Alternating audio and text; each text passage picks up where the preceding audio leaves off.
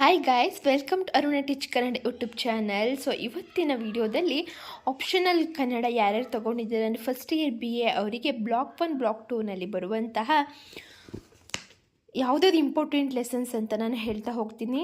ಯಾಕಂದರೆ ಇದೊಂದು ಸ್ವಲ್ಪ ಆಪ್ಷನಲ್ ಸ್ವಲ್ಪ ಕಷ್ಟನೇ ಆ್ಯಕ್ಚುಲಿ. ಯಾವುದ್ಯಾವುದು ಇಂಪಾರ್ಟೆಂಟ್ ಯಾಕಂದರೆ ಕೆಲವೊಂದು ಸಲ ಯಾವ ಲೆಸನಿಂದ ಕೊಡ್ತಾರೆ ಅಂತ ಹೇಳೋಕ್ಕಾಗಲ್ಲ. ಬಟ್ ನಾನು ಕ್ವಶನ್ಸ್ ಪೇಪರ್ನೆಲ್ಲ ಒಂದು 3-4 ಇಯರ್ಸ್ ಕ್ವಶನ್ ಪೇಪರ್ನೆಲ್ಲ ಸ್ಟಡಿ ಮಾಡಿ ಜಾಸ್ತಿ ರಿಪೀಟೆಡ್ ಕ್ವಶನ್ಸ್ ಯಾವುದರಿಂದ ನಾನು ಕೇಳಿದಾರಲ್ಲ ಇದನ್ನು ಮಾತ್ರ ನಾನು ಇಂಪಾರ್ಟೆಂಟ್ ಲೆಸನ್ ನಿಮ್ಗೆ ಹೇಳ್ತೀನಿ. ಸೊ ಇಲ್ಲಿ ನೋಡ್ಬೋದು ನೀವು ಘಟಕ 2, 3, 4, 5. ಸೊ ಈ 4 ಕೂಡ ತುಂಬ ಇಂಪಾರ್ಟೆಂಟ್ ಲೆಸನ್ಸ್, ಓಕೆನಾ, ಬ್ಲಾಕ್ 1ನಲ್ಲಿ. ನೆಕ್ಸ್ಟು ಬ್ಲಾಕ್ 2ನಲ್ಲಿ ಬಸವಣ್ಣ ಅಕ್ಕಮಹಾದೇವಿ ಬಾಲಮ್ಮ ಪ್ರಭು ಹಾಗೆ ಚನ್ನಬಸವಣ್ಣ ಸಿದ್ದರಾಮ ಇದ್ರ ಬಗ್ಗೆ ನಿಮಗೆ 5 ಮಾರ್ಕ್ಸ್ ಕೇಳ್ತಾರೆ ಇವ್ರ ಬಗ್ಗೆ. ಹಾಗೆ ರಗಳೆ ಮತ್ತು ಷಟ್ಪದಿ 10 ಮಾರ್ಕ್ಸ್ಗೆ ಕೇಳುವಂಥದ್ದು. ಹಾಗೆ ಜೇಡರ ದಾಸಿಮಯ್ಯ ಅದನ್ನು ಕೂಡ ನಿಮಗೆ 5 ಮಾರ್ಕ್ಸ್ಗೆ ಕೇಳ್ತಾರೆ. ಸೊ ಈ ಬ್ಲಾಕ್ 2ಅಲ್ಲಿ ನಿಮಗೆ ಘಟಕ 9 ಹಾಗೆ 11 ತುಂಬ ಇಂಪಾರ್ಟೆಂಟ್ ಲೆಸನ್ಸು, ಓಕೆನಾ. ಸೊ ಇವಾಗ ಬ್ಲಾಕ್ 3 ಮತ್ತು ಬ್ಲಾಕ್ 4ಅಲ್ಲಿ ಯಾವುದು ಇಂಪಾರ್ಟೆಂಟ್ ಅಂತ ನೋಡೋಣ. ಬ್ಲಾಕ್ 3ನಲ್ಲಿ ಕನ್ನಡ ಸಾಹಿತ್ಯ ಚರಿತ್ರೆ ಕುಮಾರವ್ಯಾಸರ ಬಗ್ಗೆ. ಕುಮಾರವ್ಯಾಸವರ ಕಾಲ, ದೇಶ ಹಾಗೆ ಅವರ ಬಗ್ಗೆ ಬರೀರಿ ಅಂತ ಕೇಳ್ಬೋದು, ಅಥವಾ ಕುಮಾರವ್ಯಾಸರ ಅಂತ ಕೊಟ್ಬಿಟ್ಟು 5 ಮಾರ್ಕ್ಸ್ಗೂ ನಿಮಗೆ ಕೇಳುವಂಥದ್ದು. ಅದಾದಮೇಲೆ ಲಕ್ಷ್ಮೀಶ್ ಅವ್ರ ಬಗ್ಗೆ ಕೇಳ್ತಾರೆ, ರತ್ನಾಕರ ವರ್ಣಿ ಹಾಗೆ ಸರ್ವಜ್ಞ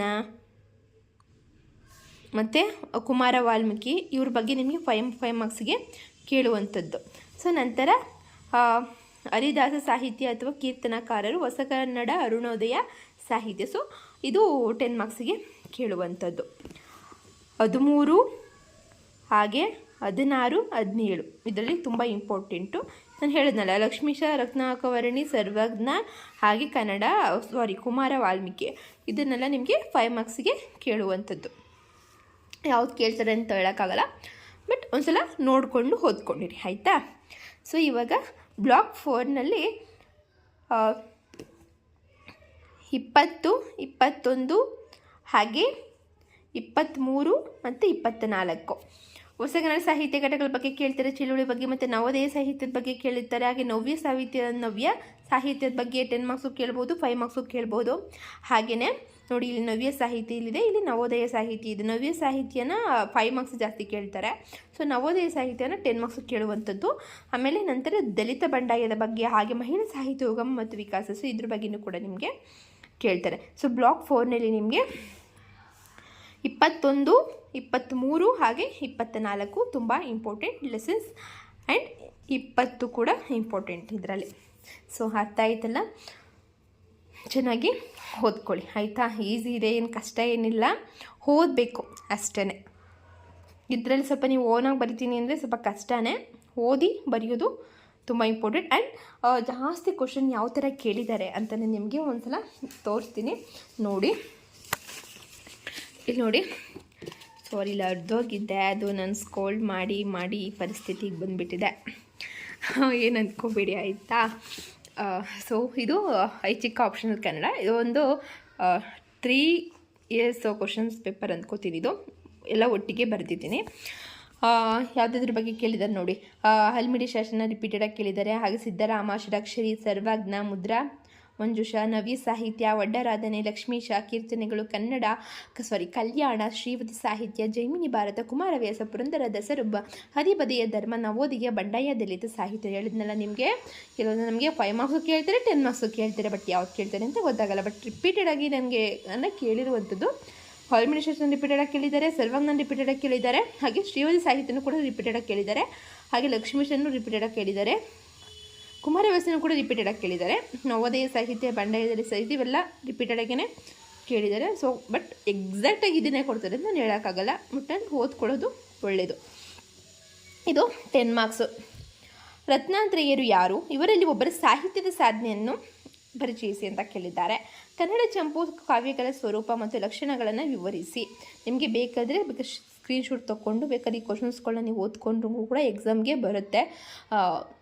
ಅಟ್ಲೀಸ್ಟ್ ಎಲ್ಲ ಒಂದಿಲ್ಲ ಅಂದ್ರೂ ಸ್ವಲ್ಪನಾದರೂ ಬಂದಿರುತ್ತೆ ಕ್ವಶನ್ಸ್ಗಳು. ಸೊ ನೋಡ್ಕೊಳ್ಳಿ, ಬೇಕಿದ್ರೆ ಸ್ಕ್ರೀನ್ಶಾಟ್ ತೊಗೊಳ್ಳಿ. ಓಕೆನಾ. ಅಕ್ಕ ಮಹಾದೇವಿಯವರ ಕಾಲ, ದೇಶ ಮತ್ತು ವಚನಗಳನ್ನು ಮಹತ್ವವನ್ನು ವಿವರಿಸಿ. ಕನ್ನಡ ಸಾಹಿತ್ಯದಲ್ಲಿ ಹರಿಹರ ಮತ್ತು ರಾಘವಾಂಕರ ಸ್ಥಾನವೇನು? ನವೋದಯ ಸಾಹಿತ್ಯ ಪ್ರೇರಣೆ ಮತ್ತು ಪ್ರಭಾವ. ದಲಿತ ಬಂಡಾಯ ಸಾಹಿತ್ಯದ ಸ್ವರೂಪವನ್ನು ವಿವರಿಸಿ ಅಂತ ಕೇಳಿರುವಂಥದ್ದು. ಹಾಗೆ 10ನೇ ಕನ್ನಡ ಸಾಹಿತ್ಯ ವೀರಯುಗವಾಗಿದೆ. ಪಂಪನ 10ನೇ ಶತಮಾನದ ಕನ್ನಡ ಸಾಹಿತ್ಯ ವೀರಯುಗವಾಗಿದೆ. ಪಂಪನ ಕಾವ್ಯಗಳ ಹಿನ್ನೆಲೆಯನ್ನು ಚರ್ಚಿಸಿ ಅಂತ ಕೇಳಿದ್ದಾರೆ. ನಾಗಚಂದ್ರ ಕವಿಯ ಕಾಲದೇಶ ಕೃತಿಗಳನ್ನ ಕೇಳಿದ್ದಾರೆ. ಕನ್ನಡ ಸಾಹಿತ್ಯ ಕ್ಷೇತ್ರಕ್ಕೆ ಹರಿಹರ ಕವಿಯ ಕೊಡುಗೆಗಳೇನು? ಬಸವಣ್ಣ, ಅಲ್ಲಮ್ಮ ಪ್ರಭು ಮತ್ತು ಅಕ್ಕ ಮಹಾದೇವಿಯವರಲ್ಲಿ ವಚನಕಾರರಲ್ಲಿ ಜೀವನ ಮತ್ತು ಸಾಹಿತ್ಯ ಕೊಡುಗೆಗಳನ್ನ ಕುರಿತು ಬರೀರಿ ಅಂತ ಕೇಳಿರುವಂಥದ್ದು. ಕೆಲವೊಂದು ಬರೀ ಒಬ್ಬರದೇನೆ ಕೊಡ್ತಾರೆ. ಕುಮಾರವ್ಯಾಸನ ಜೀವನ ಮತ್ತು ಕೃತಿಗಳನ್ನು ಬರೀರಿ. ಕನ್ನಡ ಸಾಹಿತ್ಯ ಹರಿದಾಸ ಸಾಹಿತ್ಯದ ಕೊಡುಗೆಗಳೇನು? ಮತ್ತು ಕನ್ನಡ ಸಾಹಿತ್ಯ ಚರಿತ್ರೆ ವಿಭಾಗ ಕ್ರಮಗಳನ್ನು ತಿಳಿಸಿ. ಪಂಪ ಪೂರ್ವಯುಗದ ಸಾಹಿತ್ಯ ಕುರಿತು ಬರೆಯಿರಿ. ಪಂಪನ ಕಾಲಕೃತಿಗಳನ್ನು ಬರೆಯಿರಿ.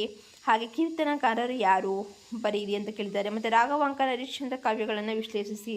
ಹಾಗೆ ಹರಿಹರನು ಸಾಹಿತ್ಯಕ್ಕೆ ನೀಡಿದ ಕೊಡುಗೆಗಳನ್ನು ಕೂಡ ಕೇಳಿರುವಂಥದ್ದು.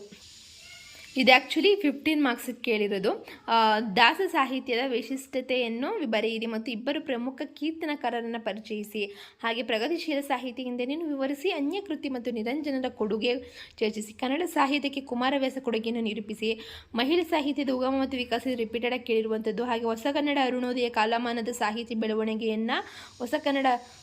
ಬೆಳವಣಿಗೆಯನ್ನು ಕುರಿತು ಇದೂ ಕೂಡ ರಿಪೀಟೆಡು. ಹಾಗೆ ನವೋದಯ ಸಾಹಿತ್ಯದ ಉಗಮ ಮತ್ತು ಪ್ರಭಾವ ಪ್ರೇರಣೆಗಳನ್ನು ವಿವರಿಸಿ. ಇದು ಕೂಡ ಇಂಪಾರ್ಟೆಂಟ್, ಅಂದರೆ ರಿಪೀಟೆಡಾಗಿ ಕೇಳಿದ್ದಾರೆ.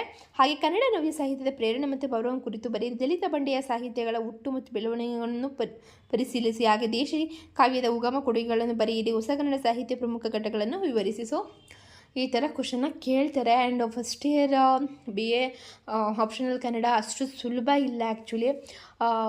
ನಾವೇನಂದರೆ ನಮ್ಮದು ಆ್ಯಾವ್ರೇಜ್ ನಾವು ಪಾಸಿಂಗ್ ಮಾರ್ಕ್ಸಿಗೆ ತೆಗಿತೀನಿ ಅಂದ್ರೂ ಸ್ವಲ್ಪ ಕಷ್ಟ ಇದೆ, ಓದಬೇಕಾಗುತ್ತೆ. ಬಟ್ ಔಟ್ ಆಫ್ 4 ತೆಗಿಬೇಕು, ನಾನು ಫುಲ್ ಮಾರ್ಕ್ಸ್ ತೆಗಿಬೇಕು ಅಂದರು. ನೀವು ಇಡೀ ಟೆಕ್ಸ್ಟ್ ಬುಕ್ಸ್ 2 ಟೆಕ್ಸ್ಟ್ ಬುಕ್ ನೀವು ಓದಿದ್ರೂ ಕಮ್ಮಿನೇ. ಓದಿದ್ರೇ ನೀವು ಒಂದು ಔಟ್ ಆಫ್ 4 ನೀವು ಮಾರ್ಕ್ಸ್ ತೊಗೊಳಕ್ಕೆ ಸಾಧ್ಯ ಅಂತ ಹೇಳಲಿಕ್ಕೆ ಇಷ್ಟಪಡ್ತೀನಿ. ಯಾಕಂದರೆ ಇವಾಗ ಕೊಟ್ಟಿದ್ದಾದ್ರೆ ತುಂಬ ಟ್ವಿಸ್ಟ್ಗಳಿರುತ್ತೆ. ಅಂದರೆ ಅಷ್ಟು ಸುಲಭವಾಗಿ ರಿಪೀಟೆಡಾಗಿ ಕ್ವಶನ್ಸ್ ಕೇಳಿರೋದು ತುಂಬ ರೇರು, ಆಯಿತಾ. ನಮಗೆ ಜಾಸ್ತಿನ ಕೇಳಿರೋದಂದರೆ ಅರುಣೋದಯ ಮತ್ತು ದಲಿತ ಬಂಡಾಯ ಮತ್ತು ನವೋದಯ, ಹೊಸಗನ್ನಡ. ಸೊ ಈ ಥರ ಒಂದನ್ನು ರಿಪೀಟೆಡಾಗಿ ಕೇಳಿದ್ದಾರೆ 15. ಚಂದ್ರಕಾಂತ ಕುಸುನೂರ ಬಂದು ಮನೆಯ ಕವಿ. ಚಂದ್ರಕಾಂತ ಕುಸುನೂರ ಅವರು ಮನೆಯ ಒಂದು ಕವಿತೆಯನ್ನು ನಾಟಕವನ್ನು ಬರೆದಿರುವಂತಹ ಕವಿ. ಸೊ ನೀವು ಈ ಥರ ಕೊಟ್ಟರೆ ನೀವು ಹೆಂಗೆ ಜ್ಞಾಪನ ಇಟ್ಕೋತೀರಾ? ಸೊ ಅದಕ್ಕೆ ಹೇಳ್ತಿರೋದು ನಾನು, ಲೆಸನ್ಸ್ ಜ್ಞಾಪನ ಇಟ್ಕೊಳ್ಳಿ, ಹಾಗೆ ಕವಿಯ ನೇಮನ್ನು ಚೆನ್ನಾಗಿ ಜ್ಞಾಪನ ಇಟ್ಕೊಳ್ಳಿ, ಆಯಿತಾ. ಸೊ ನೆಕ್ಸ್ಟ್ ಶ್ರೀಸಾಮಾನ್ಯರ ದೀಕ್ಷೆಗೀತೆ. ಸೊ ನಿಮ್ಗೆ ಗೊತ್ತಾಗಿದೆ ಶ್ರೀಸಾಮಾನ್ಯ ದೀಕ್ಷೆಗೀತೆಯಿಂದ ಕೇಳಿರುವಂಥದ್ದು. ಹಾಗೆ ಹರಿಜ್ವನ್ವಾರ ನಾಟಕದ ವೇಣಕನ ಪಾತ್ರವನ್ನು ತಿಳಿಸಿ ಅಂತ ಕೇಳಿರುವಂಥದ್ದು. ಸೊ ನಂತರ ಕಿಟಿಯ ಅಡ್ಡ ಹೆಸರಿನ ವಿಶೇಷತೆಯನ್ನು ವ್ಯಕ್ತಪಡಿಸಿ ತೆರೆಗಳು ಇಂದ ಕೇಳಿದ್ದಾರೆ. ಹಾಗೆ ಟಿಂಗರ ಬುಡ್ಡಣ್ಣ ನಾಟಕದ ಮಹತ್ವವನ್ನು ಕೇಳಿದ್ದಾರೆ. ಹಾಗೆ ಕಣಿವೆಯ ಮುದುಕ ಕವಿತೆಯ ದಾರಿ ಹೋಕ ಮತ್ತು ಮುದುಕನ ಅವರ ಜೊತೆ ಮಾತಾಡುವಂತಹ ಒಂದು ಸಂಭಾಷಣೆ ಆಗಿರ್ಬೋದು, ಅದರ ವಿವರಣೆಯನ್ನು ನಿಮಗೆ ಬರೀಲಿಕ್ಕೆ ಕೇಳಿದ್ದಾರೆ. ಎಷ್ಟು ಮಾರ್ಕ್ಸ್ಗೆ? 5 ಮಾರ್ಕ್ಸ್ಗೆ. ಸೊ ನಂತರ ಪ್ರಬಂಧ ಮತ್ತು ಆಡಳಿತ ಕನ್ನಡ 5 ಮಾರ್ಕ್ಸ್ಗೆ ಕೇಳಿದ್ದಾರೆ. ಸೊ ಗಾಂಧೀಜಿಯವರ ನಿದ್ರಾಭ್ಯಾಸ, ಹಾಗೆ ರುಚಿ, ಸುತ್ತೋಲೆ, ಕನ್ನಡದ ಈ ಅಂಚೆ, ರಾಕು ಅವರ ನಿದ್ರಾಭ್ಯಾಸಗಳ ಲೋಕ, ಹಾಗೆ ಹುದ್ದೆಗಳ ಜಾಹೀರಾತು, ಹಾಗೆ ನಮ್ಮ ಮನೆಯ ದೀಪ, ಸುಂದ ಬೆಳಗುವ ಅಂಕಲ್, ಲೇಖನ ಚಿಹ್ನೆಗಳು, ಕನ್ನಡದ ಮತ್ತು ಮಾಹಿತಿ ತಂತ್ರಜ್ಞಾನ, ಹಾಗೆ ಆಂಗ್ಲರ ಆಡಳಿತ ಕನ್ನಡದ ಸ್ಥಿತಿಗತಿ. ನೋಡಿರ್ಬೋದು ಇಲ್ಲಿ ನಿಮ್ಗೆ ಜಾಸ್ತಿ ನಮ್ಗೆ ಕೇಳಿರೋದು ಸುನಂದ ಬೆಳಗುವ ಅಂಕಲ್ ಹಾಗೆ ರುಚಿ ಇಂದ ಕೇಳಿರುವಂಥದ್ದು. ಸೊ ನಂತರ ಜಾಸ್ತಿ ಕೇಳಿದ್ರೆ ನಿದ್ರಾಭ್ಯಾಸನ ಬಗ್ಗೆನೂ ಕೂಡ ರಿಪೀಟೆಡಾಗಿ ಕೇಳಿದ್ದಾರೆ. ಸೊ ಇದು ನಂತರ 10 ಮಾರ್ಕ್ಸ್ಗೆ. ಮತ್ತು 10 ಮಾರ್ಕ್ಸ್ಗೆ ದಿವಾಖಾನೆ ಅಂದ ಚಂದ, ಅದ್ರ ಆಪ್ಷನಲ್ ಆಗಿ ನಮ್ಮಂತೆಯೇ ಅಮೆರಿಕನ್ನರಂತೆ ನಾವು ಎಂಬ ಲೇಖಕರ ಅಭಿಪ್ರಾಯವನ್ನು ತಿಳಿಸಿ.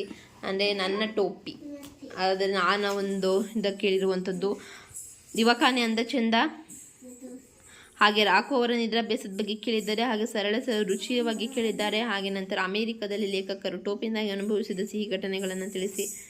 ಸೊ ನಂತರ ಆಡಳಿತ ಕನ್ನಡದ ಬಗ್ಗೆ ಆಡಳಿತ ಕನ್ನಡದಲ್ಲಿ ಕೇಳಿರುವಂಥದ್ದು ಆಡಳಿತ ಕನ್ನಡ ಸ್ವರೂಪ ಲಕ್ಷಣ ಹಾಗೂ ಬೆಳೆದು ಬಂದ ದಾರಿ, ಹಾಗೆ ಅರ್ಜಿ ಎಂದರೇನು, ಅರ್ಜಿಯ ವಿಧಗಳ್ಯಾವುದು, ಹಾಗೆ ಅರೆ ಸರ್ಕಾರಿ ಪತ್ರ ಎಂದರೇನು, ಬರೆಯುವ ಸಂದರ್ಭಗಳ್ಯಾವುವು, ಹಾಗೆ ಪತ್ರ ಎಂದರೇನು, ಅರೆ ಸರ್ಕಾರಿ ಬರೆಯಿರುವ ಸಂದರ್ಭಗಳು ತಿಳಿಸಿ, ಹಾಗೆ ಬರವಣಿಗೆಯಲ್ಲಿ ಲೇಖಕನ ಚಿಹ್ನೆಗಳ ಮಹತ್ವವೇನು, ವಿವಿಧ ಲೇಖನ ಚಿಹ್ನೆಗಳನ್ನು ಉದಾಹರಣೆಯೊಂದಿಗೆ ವಿವರಿಸಿ, ಅದನ್ನು ಕೂಡ ಕೇಳಿದ್ದಾರೆ. ಇಲ್ಲಿ ನೋಡ್ಬೋದು ಉತ್ತರಿ ಹಾಡು ಅಂತ ಕೇಳಿದ್ದಾರೆ 10 ಮಾರ್ಕ್ಸ್ಗೆ, ಹಾಗೆ ಉತ್ತರಿ ಹಾಡಿಂದನೇ ಮತ್ತೆ ಕೇಳಿದ್ದಾರೆ 10 ಮಾರ್ಕ್ಸ್ಗೆ, ಹಾಗೆ 5 ಮಾರ್ಕ್ಸ್ಗೆ ಉತ್ತರಿ ಹಾಡಿನ ಕವಿತೆಯ ವೈಶಿಷ್ಟ್ಯತೆಯನ್ನು ಕೇಳಿದ್ದಾರೆ. ನಂತರ ವ್ಯಕ್ತಿ ತನ್ನ ಮಹತ್ವಾಕಾಂಕ್ಷೆ ಈಡೇರಿಸಿಕೊಳ್ಳಲು ತನ್ನ ಕೃತ್ಯಗಳನ್ನು ಸಮರ್ಥಿಸಿಕೊಂಡ ಬಗ್ಗೆ ಕೇಳಿದ್ದಾರೆ ತೆರೆಗಳಿಂದ. ಹಾಗೆ ಪಿ ಲಂಕೇಶ್ ಅವರ ತೆರೆಗಳಿಂದನೇ ಕೇಳಿದ್ದಾರೆ. ಮತ್ತು ಹರಿಜ್ವಾನ, ಕಾಲ ನಿಲ್ಲುವುದಿಲ್ಲ, ರಂಗೋಲಿ ಮತ್ತು ಹುಡುಗ, ಹಾಗೆ ಹರಿಜ್ವನ್ವಾರ, ಮನೆ, ಕಾಲ ನಿಲ್ಲುವುದಿಲ್ಲ, ಹಾಗೆ ಟಿಂಗರ ಬುಡಣ. ಸೊ ನಾನು ಅವಾಗೇ ಹೇಳ್ದಂಗೆ ಉತ್ತರಿ ಹಾಡು, ಶ್ರೀಸಾಮಾನ್ಯರ ದೀಕ್ಷೆ ಗೀತೆ, ತೆರೆಗಳು, ಹರಿಜ್ವನ್ವಾರ, ಹಾಗೆ ಮನೆ, ಇದರಿಂದ ನಿಮಗೆ ತುಂಬ ರಿಪೀಟೆಡ್ ಆಗಿ ಕೇಳುವಂಥದ್ದು. ಸೊ ನೋಡಿದ್ರಲ್ಲ, ಇವಾಗ ನಾನು ಕ್ವಶನ್ ಪೇಪರ್ ನಿಮ್ಗೆ ಯಾವ ಥರ ಪ್ಯಾಟರ್ನ್ ಇದೆ ಅನ್ನೋದು ಫಸ್ಟ್ ನೋಡಿ. ಎ ವಿಭಾಗದಲ್ಲಿ ಹೊಸಗನ್ನಡ ಕವಿತೆಗಳು ಮತ್ತು ಏಕಾಂತ ನಾಟಕಗಳ ಬಗ್ಗೆ ಕೇಳಿದ್ದಾರೆ. ನಿಮಗೆ ಟೋಟಲ್ ಅಂಕ ಎಷ್ಟಿರುತ್ತೆ? 80 ಮಾರ್ಕ್ಸಿಗೆ. ಫಸ್ಟು 2ರ ಭಾವಾರ್ಥವನ್ನು ಬರೀರಿ ಅಂತ ಕೇಳ್ತಾರೆ. ಜವರಾಯನ ಉಂಗಿದಿ ಹೆಣ್ಣು ಮಗುವಿನಲ್ಲಿ, ಮತ್ತು ಹಾಗೆ ಬುದ್ಧ ಬಸವ ಗಾಂಧಿ ಬದ್ದದ್ದು ಆಯಿತು. ಸೊ ನನ್ನ ಜನಗಳು, ಹಾಗೆ ದುಃಖ ಸೇತುವಿಂದ ಕೇಳಿರುವಂಥದ್ದು ಇವೆರಡನ್ನು. ಓಕೆನಾ? ಸೊ ನಂತರ ಅದೆಷ್ಟು ಮಾರ್ಕ್ಸ್ ಕೇಳಿದ್ದಾರೆ ಅಂದರೆ ಓನ್ಲಿ 2 ಮಾರ್ಕ್ಸ್ಗೆ. 2 ಮಾರ್ಕ್ಸನ್ನು ನೀವು ಒಂದು ಹಾಫ್ ಪೇಜ್ ಬರೆದ್ರು ಸಾಕು. ಹಾಫ್ ಪೇಜಲ್ಲಿ 1 ಪೇಜ್ ಬರೆದ್ರು ಸಾಕು, ಆಯಿತಾ? ನಂತರ ಏನು ಮಾಡ್ತಿದ್ದೀರ ಶೆಟ್ರೆ, ದೇವರ ಮನೆನ ದೇವರಿಗೂ ಮನೆ ಬೇಕು, ಇವೆರಡು ಆಪ್ಷನಲ್ಲು ಆಯಿತಾ. ಇವೆರಡಲ್ಲಿ ಯಾವ್ದಾದ್ರು ಒಂದು ಬರಿಬೋದು. ಹಾಗೆ ಇದು ಮತ್ತು ಸೊ ನಂತರ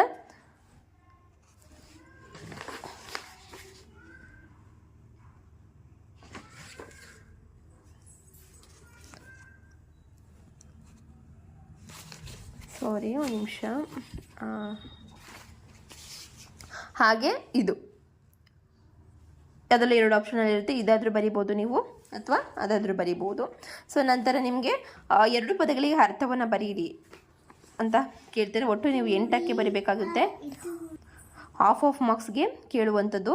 ಸೊ ನಂತರ ಯಾವ ಪಠ್ಯವನ್ನು ಬಿಡದೆ 4ಕ್ಕೆ ಸಂದರ್ಭ ಸ್ವಾರಸ್ಯ ಬರೀರಿ ಅಂತ ಕೇಳಿದ್ದಾರೆ. ಸೊ ಸಂದರ್ಭ ಸ್ವಾರಸ್ಯದಲ್ಲಿ ನಿಮಗೆ ಒಟ್ಟು 6 ಕೊಟ್ಟಿರ್ತಾರೆ. ಸೊ ನೀವು ಬರಿಬೇಕಾಗಿರೋದು ಓನ್ಲಿ 4 ಅಷ್ಟೇ. ಎಷ್ಟು ಮಾರ್ಕ್ಸಿಗೆ? 2 ಮಾರ್ಕ್ಸ್ಗೆ ಬರಿಬೇಕು. ಭಾವಾರ್ಥವನ್ನು ಕೂಡ 2 ಮಾರ್ಕ್ಸ್ಗೆ, ಹಾಗೆ ಸಂದರ್ಭನೂ ಕೂಡ 2 ಮಾರ್ಕ್ಸ್ಗೆ. 6ರಲ್ಲಿ 4 ಮಾತ್ರ ಬರಿಬೇಕು. ಸೊ ನಂತರ ವಿಭಾಗ ಬಿ ಯಲ್ಲಿ ನಿಮಗೆ ಹೊಸಗನ್ನಡ ಕವಿತೆಗಳು ಮತ್ತು ಏಕಾಂತ ನಾಟಕಗಳ ಬಗ್ಗೆ ಕೇಳಿರುವಂಥದ್ದು. ಸೊ ಬ್ಲಾಕ್ 1 ಬ್ಲಾಕ್ 2 ಇಂದನೇ ನಿಮಗೆ ಎ ಮತ್ತು ಬಿ ಸೆಕ್ಷನಿಂದ ಕೊಡುವಂಥದ್ದು.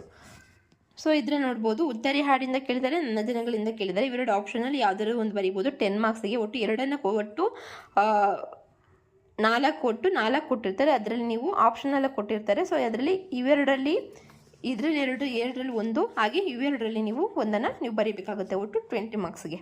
ಓಕೆನಾ? ಸೊ ನಂತರ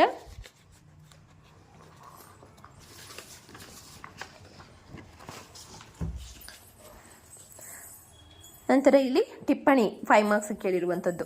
ತುಂಗಭದ್ರೆ ಬಾಲಲೀಲೆಗಳು, ಹಾಗೆ ವರ್ಧಮಾನ, ಉಳ್ಳಾಗಡ್ಡಿ ಪ್ರಸಂಗದ ಹಿರಿಮೆ ಮತ್ತು ಚಂದ್ರಕಾಂತ ಕುಸುನೂರ 5 ಮಾರ್ಕ್ಸ್ ಕೇಳಿದ್ದಾರೆ. ನಂತರ ವಿಭಾಗ ಸಿ ಯಲ್ಲಿ ನಿಮಗೆ ಪ್ರಬಂಧ ಮತ್ತು ಆಡಳಿತ ಕನ್ನಡದಲ್ಲಿ ನಿಮಗೆ ಕೇಳಿರುವಂಥ ಬ್ಲಾಕ್ 3 ಮತ್ತು ಬ್ಲಾಕ್ 4 ಇಂದ ಕೇಳಿದ್ದಾರೆ.